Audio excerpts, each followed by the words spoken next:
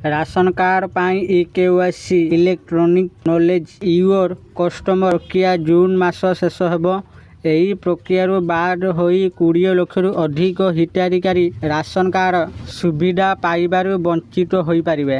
ବର୍ତ୍ତମାନ ସୁଦ୍ଧା ରାଜ୍ୟର 95% ରାସନ କାର୍ଡ ଧାରକ ଇକେୱାଇସି କରି ସାରିଛନ୍ତି। ଯେଉଁମାନେ ଏହା କରିନାହାନ୍ତି ସେମାନଙ୍କୁ ରାସନ ଯୋଜନାରୁ ବାଦ ଦିଆଯିବ ବୋଲି ଖାଦ୍ୟ ଓ ଯୋଗାଣ ମନ୍ତ୍ରୀ କୃଷ୍ଣ ପାତ୍ର ଜଣାଇଛନ୍ତି।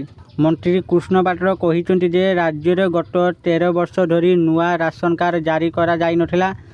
ନୂତନ ସରକାର କାର୍ଯ୍ୟଭାର ଗ୍ରହଣ କରିବା ପରେ 17 ଲକ୍ଷ ନୂଆ ଆବେଦନ ଆସିଥିଲା।